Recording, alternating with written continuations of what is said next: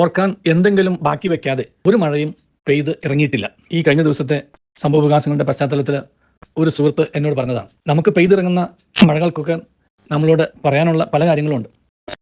പക്ഷേ അത് പറഞ്ഞു തന്നവ നമ്മൾ കേട്ടിട്ടും മനസ്സിലാക്കാതിരുന്നതാണോ, മനസ്സിലാക്കിയിട്ടും നമ്മളത് ഫോളോ ചെയ്യാതിരുന്നതാണോ, അതോ അത് ഓർക്കാൻ ഉള്ള ഒരു മനസ്സ് കാണിക്കാതെ അടഞ്ഞ മനസ്സോടെ ഇരുന്നതാണോ, അതോ നമ്മുടെ ഓരോരുത്തരുടെയും ചിന്താഗതിയിൽ നമ്മൾ മുന്നോട്ട് പോയതാണോ? അങ്ങനെ ഒന്നിനെക്കുറിച്ച് നമുക്ക് വിധി പറയാനാവില്ല ഈ ഒരു അവസരത്തിൽ.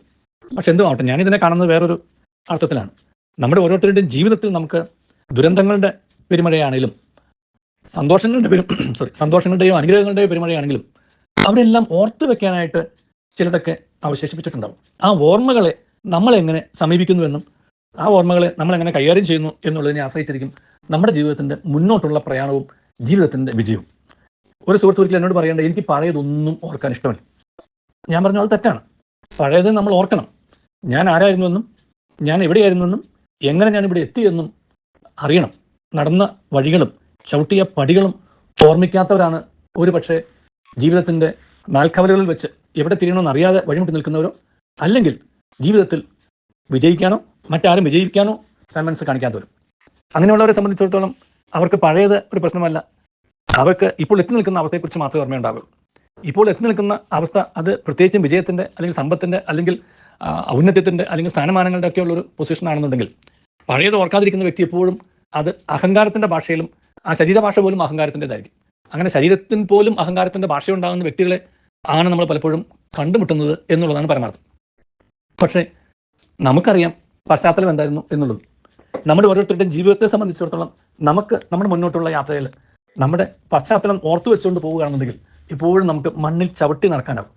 കാല് മണ്ണിൽ തൊടാതെ നടക്കുമ്പോഴാണ് ജീവിതത്തിൽ നമുക്ക് പരാജയങ്ങൾ ഉണ്ടാകുന്നത്.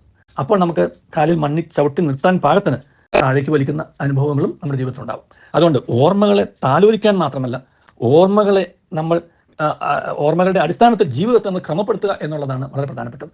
സന്തോഷത്തിൻ്റെ അനുഗ്രഹങ്ങളുടെ ഓർമ്മകൾ തീർച്ചയായിട്ടും നല്ലത് തന്നെയാണ്. പക്ഷെ അതോടൊപ്പം തന്നെ നമ്മുടെ ജീവിതത്തിൽ നമുക്കുണ്ടായ പരാജയങ്ങളുടെയും വേദനകളുടെയും ദുഃഖങ്ങളുടെയും ദുരിതങ്ങളുടെയും ഒക്കെ അതെല്ലാം കടന്നുപോയി തന്നെയാണ്. അത് നമ്മുടെ ജീവിതത്തിൽ നിന്ന് കടന്നുപോയി എന്ന് വിചാരിച്ചുകൊണ്ട് അവയെ ഓർക്കേണ്ടതില്ല. എന്തുകൊണ്ട് അവ സംഭവിച്ചു എന്നുള്ളതിനെക്കുറിച്ചുള്ള ഒരു വിലയിരുത്തലും അതിന് സംഭവിക്കാതിരിക്കാൻ ആവശ്യമായിട്ടുള്ള മുൻകരുതലും ജീവിതത്തിൽ നാം എടുത്തില്ല എന്നുണ്ടെങ്കിൽ ഓരോ അനുഭവങ്ങളും ഓരോ കാഴ്ചയായിട്ടോ ഒരു സ്വപ്നമായിട്ടോ അങ്ങ് അവശേഷിച്ചു പോകും.